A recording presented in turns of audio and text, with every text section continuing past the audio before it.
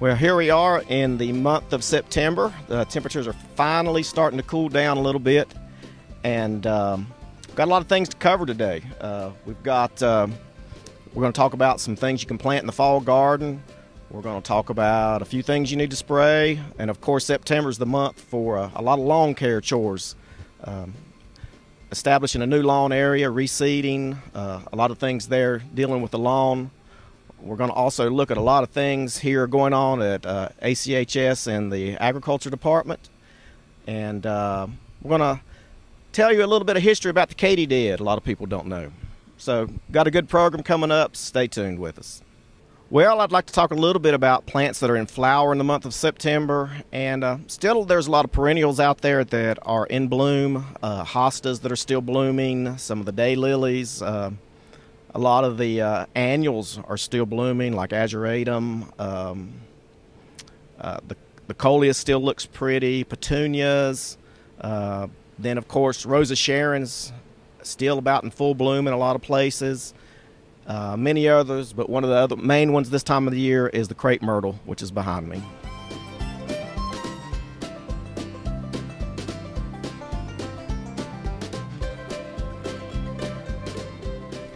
Well, if you've seen other episodes of the garden calendar, we do have a repeat guest today. J.D. Sink's also an agriculture teacher here at ACHS in the Agriculture Department. He mans the horticulture program. So, J.D., tell us a little bit what's going on in the hort program here.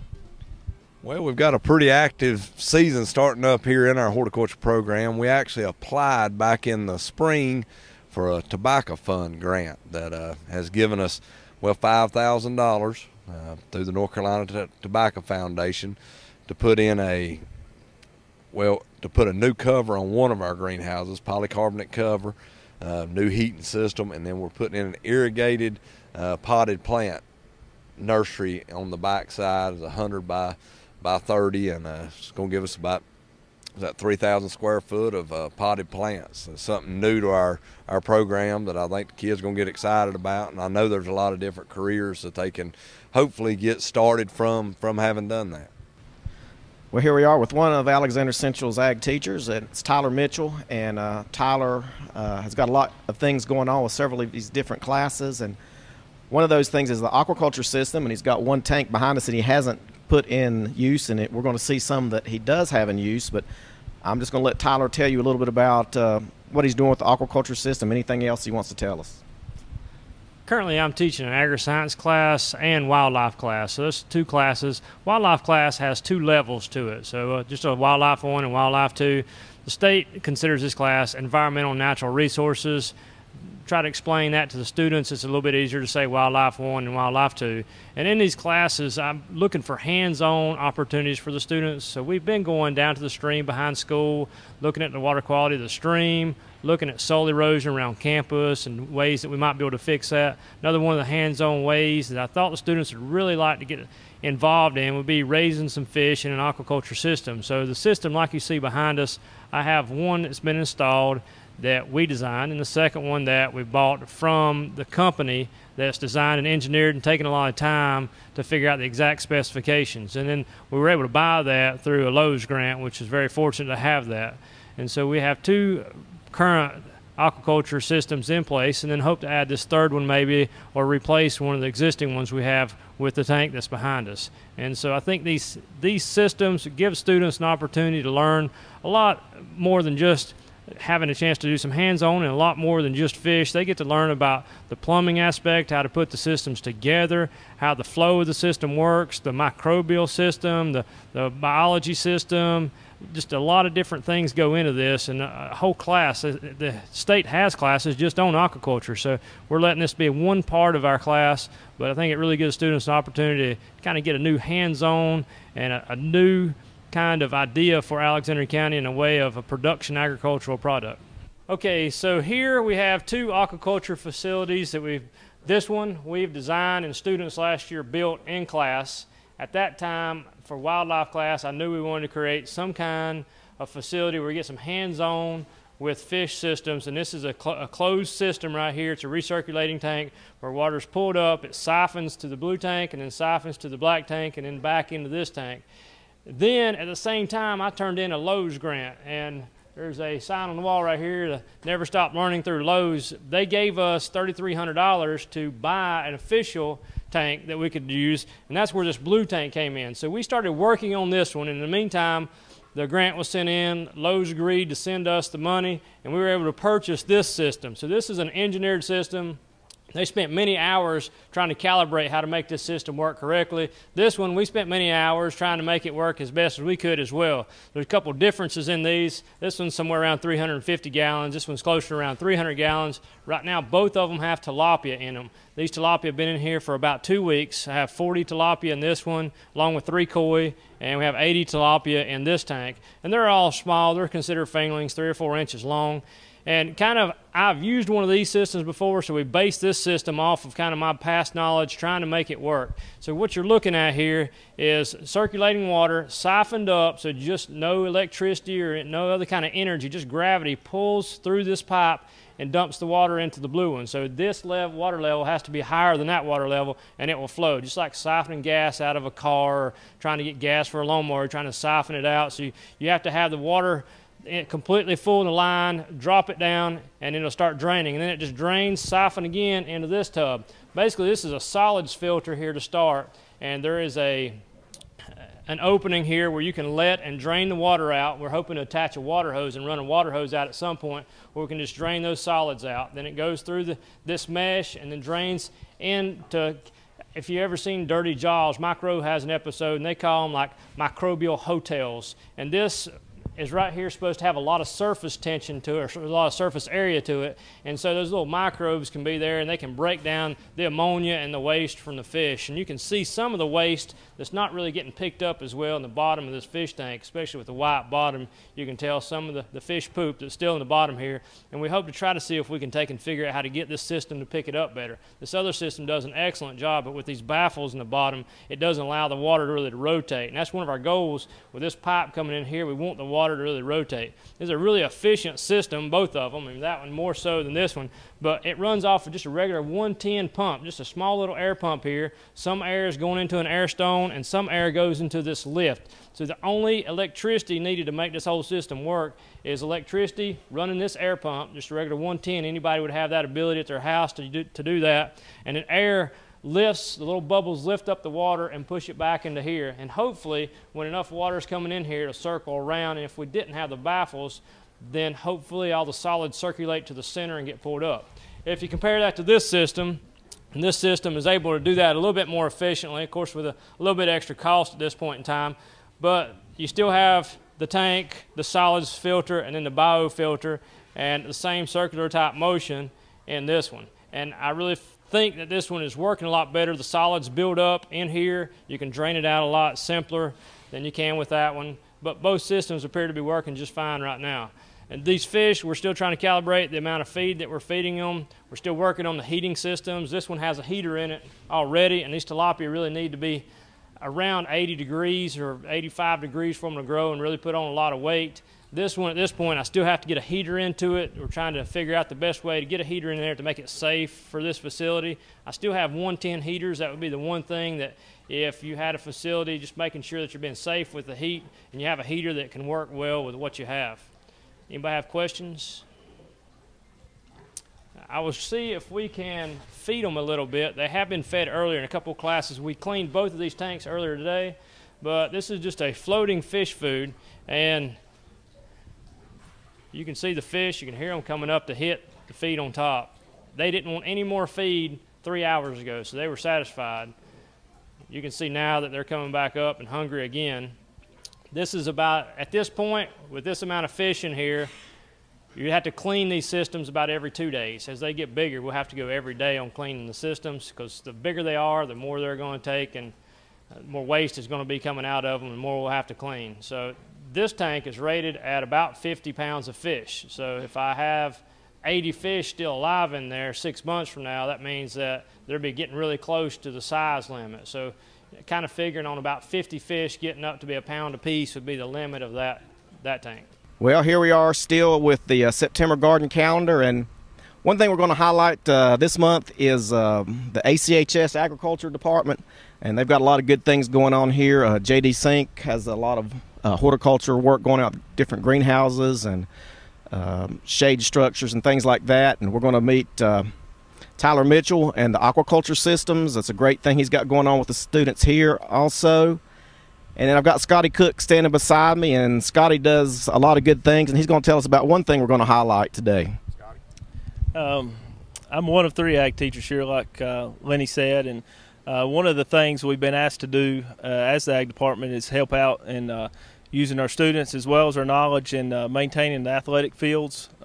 Works great around here on that.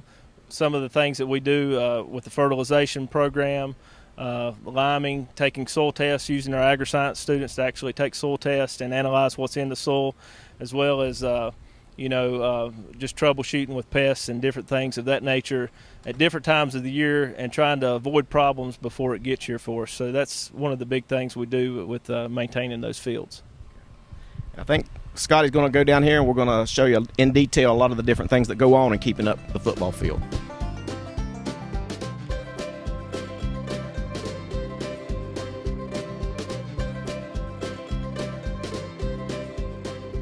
Yesterday, Lenny asked me to talk a little bit about our athletic fields here at school and what we've been doing to maintain them.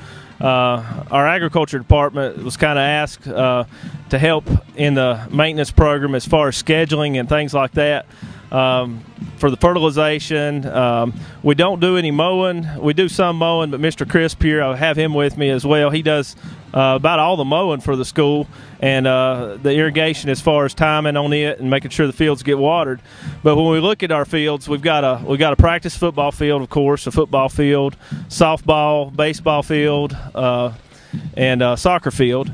And with the maintenance program, it's kind of a chore to make sure everything gets fertilized and all of that such. We've got warm season grasses on these fields, and this is a tiff spore variety here on the football field of Bermuda. We've got common Bermuda on the baseball field. And in looking at the maintenance of them, with most grasses and turf, whether it's fescue, whether it's cool season, fescue, warm season Bermuda, you kind of have to think ahead on it. And kind of the basic program that we have with these Bermuda fields is we use a lot of pre-emergence. And in the fall, we'll start pre-emergence for annual poana coming up, which typically starts germinating, late fall, early winter, things of that nature. And we try to knock that out before it gets there. But we do get some poana coming up, and used typically in January and February, depending on temperature range. We'll spray for that with a Roundup product to kill everything because our Bermuda's dormant then. And then what we'll do is typically put out a pre-emergence for crabgrass, and Mr. Crisp knows this as well. Most of these fields with the Bermuda crabgrass is your big problem in the summer season. We have crabgrass popping out, and then late summer we get grasses like Dallas grass and goosegrass, things like that. But most of these grasses can be avoided with a pre-emergence that we put out. So we take care of a double application on the pre-emergence. And then on the fertilization's based on basically soil test results. As we know, we want to know what we got in the soil before we fertilize so we're not wasting money. So typically we use our agri-science classes to do random soil samples on all our athletic fields, get a pH value of it to see what the pH is, and then go from there on lime recommendations in the fall and fertilize applications throughout the late spring and all the way into the fall. We're putting a lot of nitrogen on these fields. That's the key to most of your Bermuda grasses. Maintaining them for athletic fields is putting nitrogen on them, making them grow, getting water, and of course the heat. And we can't control the temperature, but we can control what we put on to make them grow. And Mr. Crisp here does a good job.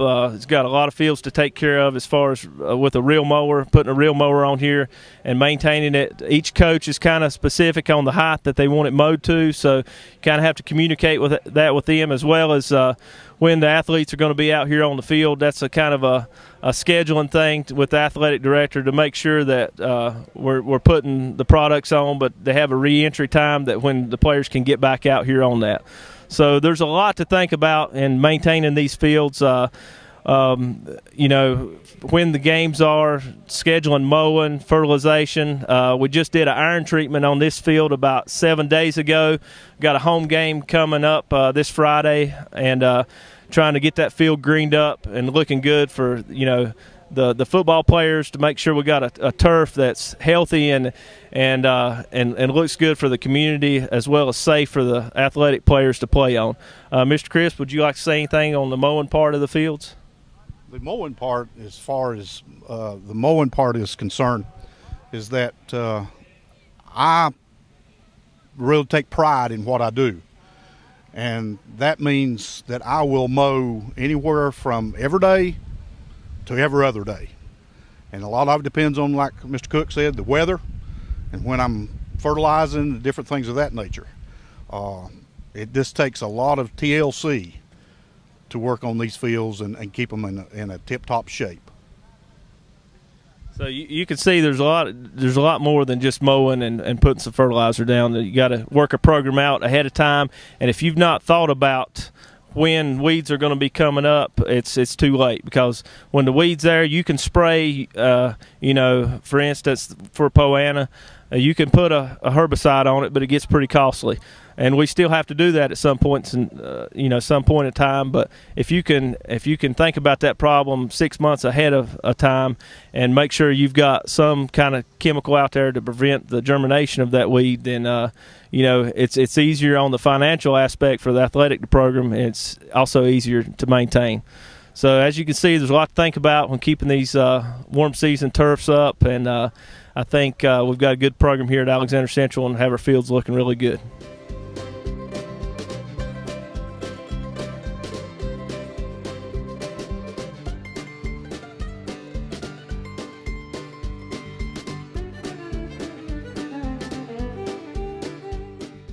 Well, as we spoke about earlier, September is the month to do a lot of sowing and reseeding in your lawn. We mentioned how you can do it on a small scale. You know, some of you might want to do it yourself. You may have an aerator. You may want to reestablish a new section of your yard. But here we are with somebody that does that on a commercial basis. This is Kevin Elder of Wittenberg Landscaping, and Kevin's here on site here. He's getting ready to reseed a whole new lawn, and he does this regularly in the month of September and October. So Kevin, just want to ask you, well, first of all, thanks for being with us, but just give us step-by-step kind of what you do in a yard like this. I see you've killed everything out, so tell us how you've done that and what your plans are in going through the whole process of seeding this yard. Okay, thank you, Lenny. Our process, we sprayed the yard with Roundup, and we've sprayed it 3 times to get the kill that we wanted, and we've done it over a 9-month period of spraying. Usually you don't have to have but 1 month, but this one here was big, and we was wanting to have a extra good kill, so we've killed it out 3 times. After it's died, as you can see, there's no grass left, just a little sprigs of dead stuff laying on the yard.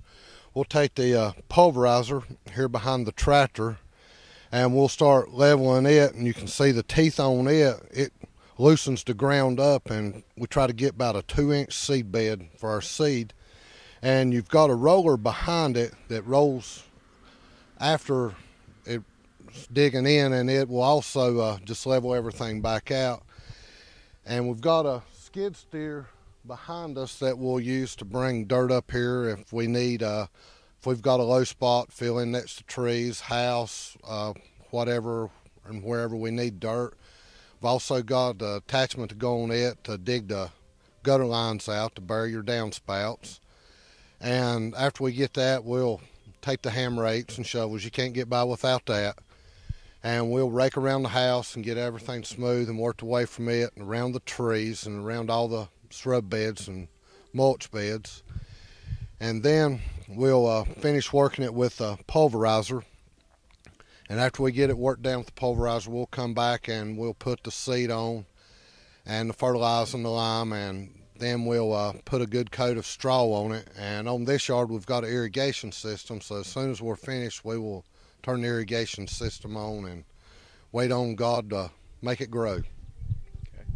So tell us a little, Kevin, is water pretty important there in the first several weeks of establishing a new yard? Water is very important. Without water, you're not going to get any grass. Water is what germinates the seeds. The cold nights like we've been having and the warm days, that is great temperatures. You get a little dew in the morning that gives you some water if you don't have water or access to where you can water the yard. But when you get a good cold night and got dew in the morning, that's the best time for germination of the seeds.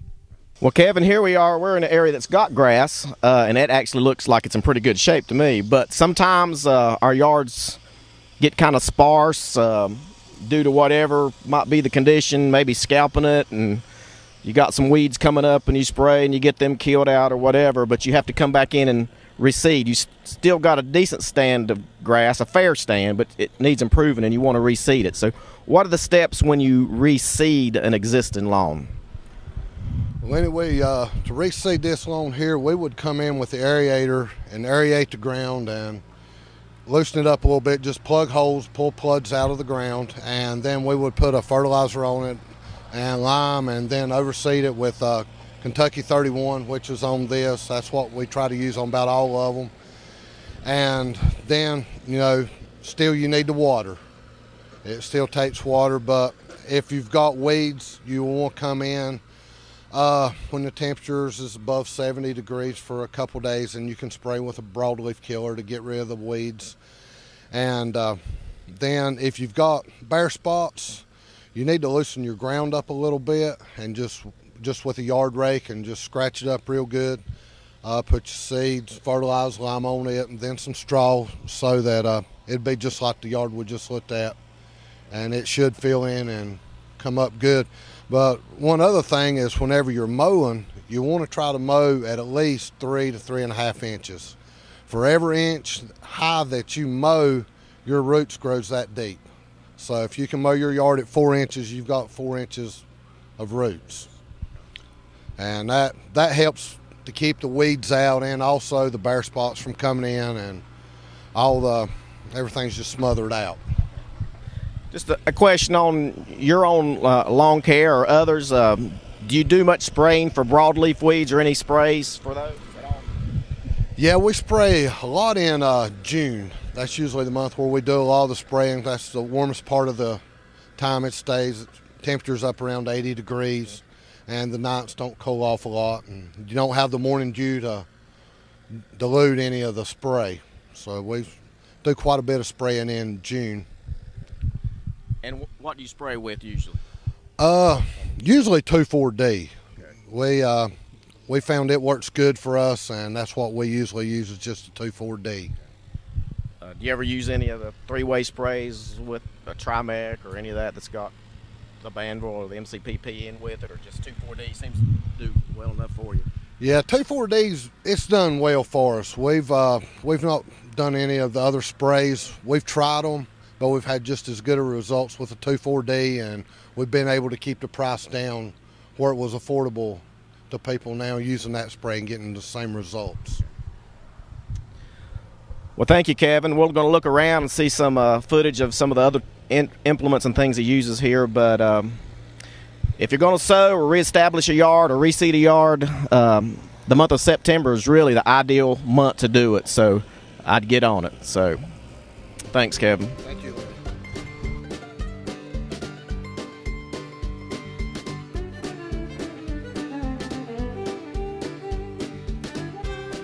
Well, in the month of September, there's several things you can do out in the lawn. One of the few things is if you have a lot of Japanese beetle problems or June bug problems in your landscape during the summer months, this is actually one of the best months of the year to treat for their offspring, and that's the white grubs. That's the larva stage of the Japanese beetles and the June bugs. So you can buy different granulars that work well on them at any of the weed and feed stores, any of your garden centers, your local Lowe's, Home Depot, any of those.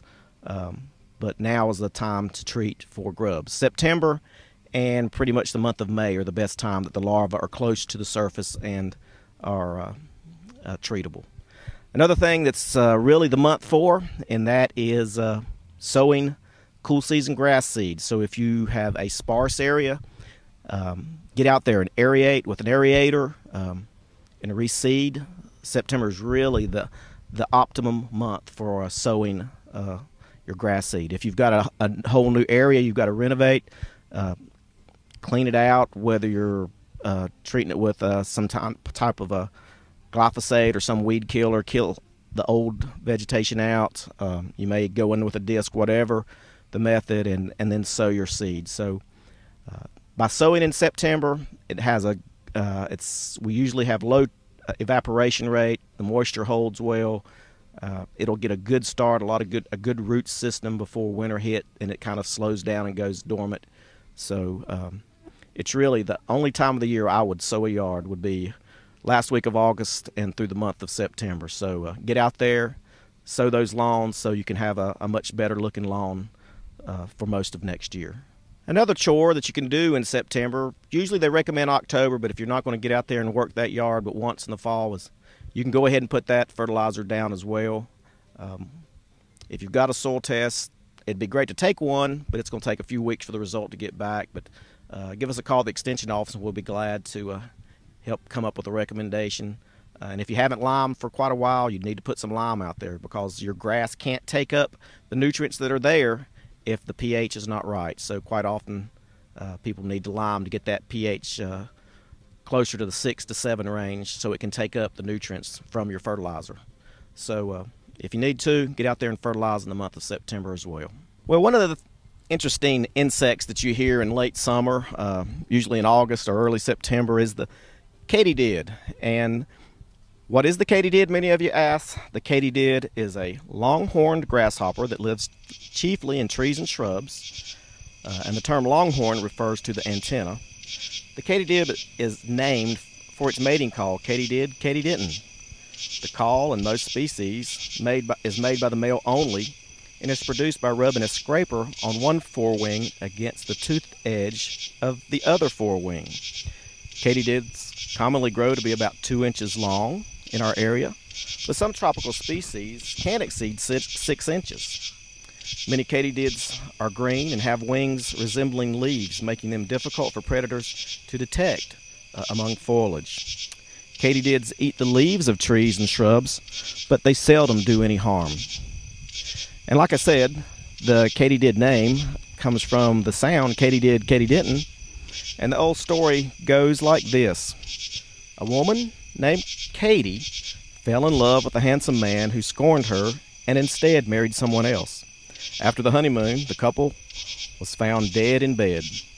The bugs began debating whether Katy could have done it or not. So if you listen carefully, you can hear them debating. Katy did, Katy didn't. Katy did, Katy didn't. So that's where the katydid gets its name.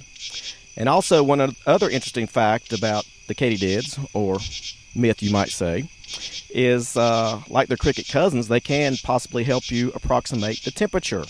So try to count the number of calls per minute, add 161 to it, and then divide by 3, and that will give you the approximate temperature. So hope you've learned a little bit about the katydid. It's a very unique insect, and I love to hear the noise in the late summer and early fall sound. It's a wonderful noise to go to sleep by.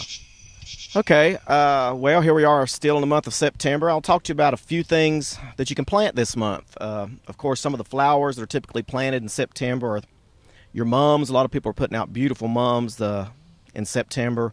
Plant your pansies that you can leave in your landscape all winter long. You can also plant ground covers in the month of September, things like ivy, periwinkle, a lot of different things, pachysandra. So whatever, ground covers are good things to plant in September. Also, you can put your fall vegetable garden out there. You can put things like lettuce, spinach, onions, radishes, turnips, collards, cabbage, cauliflower, broccoli, a lot of those cool season crops, what we call cold crops. So get out there. You can still plant a lot of things in the month of September. Well, this kind of wraps things up for the month of September. I hope you've enjoyed some tips, things to plant, things in bloom, some just general tips for the garden for the month of September. Hope you've enjoyed learning about the agriculture programs at Alexander Central High, and also learning a little bit more about the katydid than you once knew. So hope you've enjoyed our September program, and if you have any further questions or need some information, contact us at the Alexander Extension Center, and that is at 376 First Avenue Southwest, located directly beside the Health Department. Also, if you need to call us, the phone number is 632-4451, or look us up on the web at alexanderextension.com.